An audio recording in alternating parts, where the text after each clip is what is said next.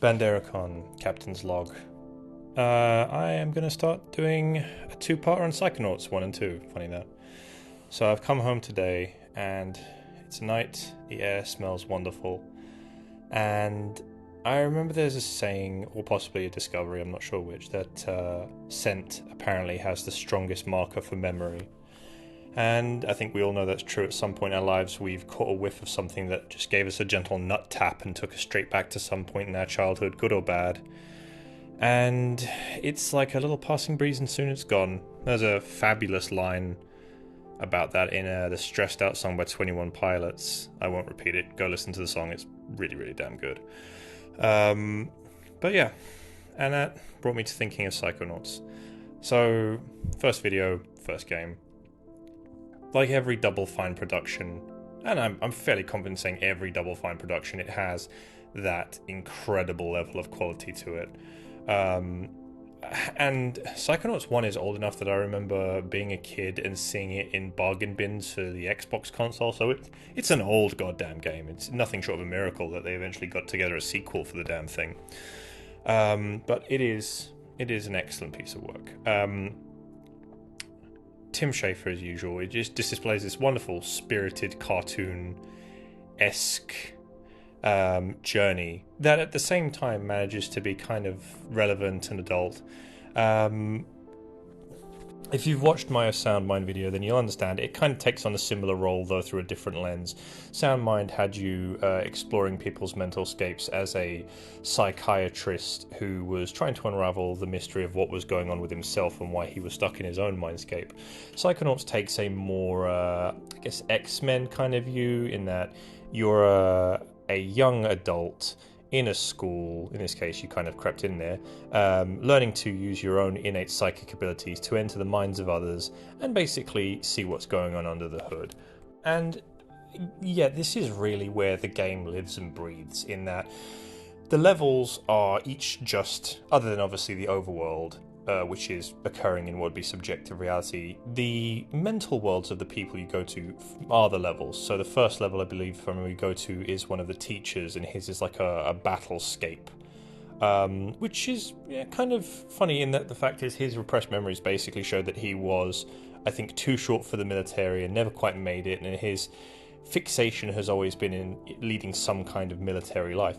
Every character you go through has their own mental scape, where I think it's Sasha Nines, which is this almost autistic level of order and orderliness, to, I forget his counterpart, which basically a psychedelic hippie love fest with some really dark shit hidden in the corners if you go that far to look for it.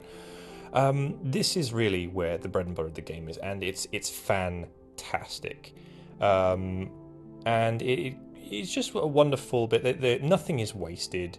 There's detail on detail, and the levels themselves are fun. Now, the game by its nature is a collectathon. I usually cannot stand collectathons. I'm not a Banjo-Kazooie fan.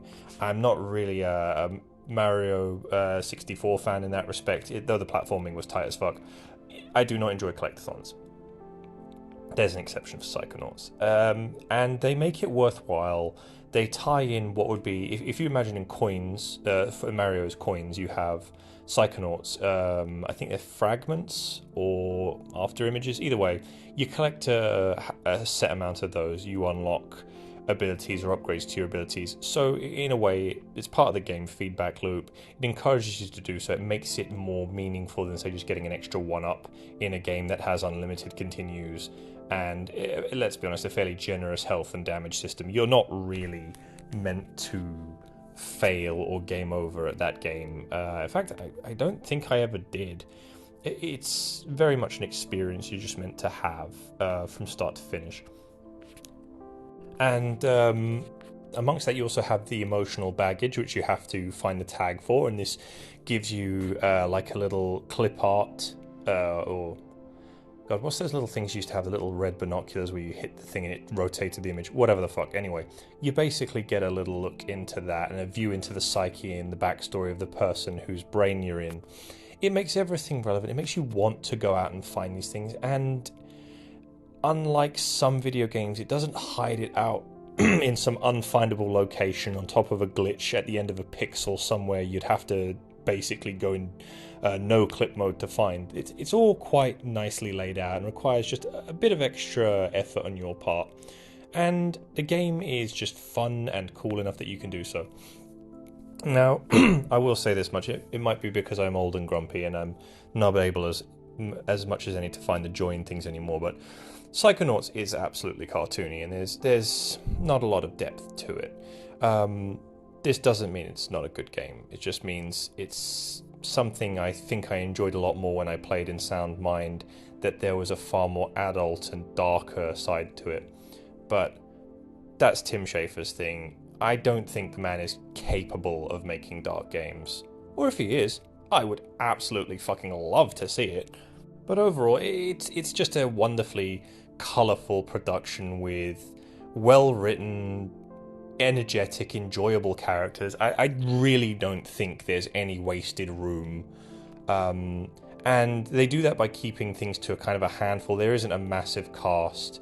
And the side characters don't really get a lot, but they're well characterized. The visual design is nothing short of fantastic. I'm harping on about that, but realistically, as with just about any Tim Schafer game, half the battle is just making the world this both caricature-esque and yet completely believable and lived-in biome, whether it was in the overworld and you had the kind of school campus, or in the people's inner worlds and you had the unique layouts for their kind of mindset.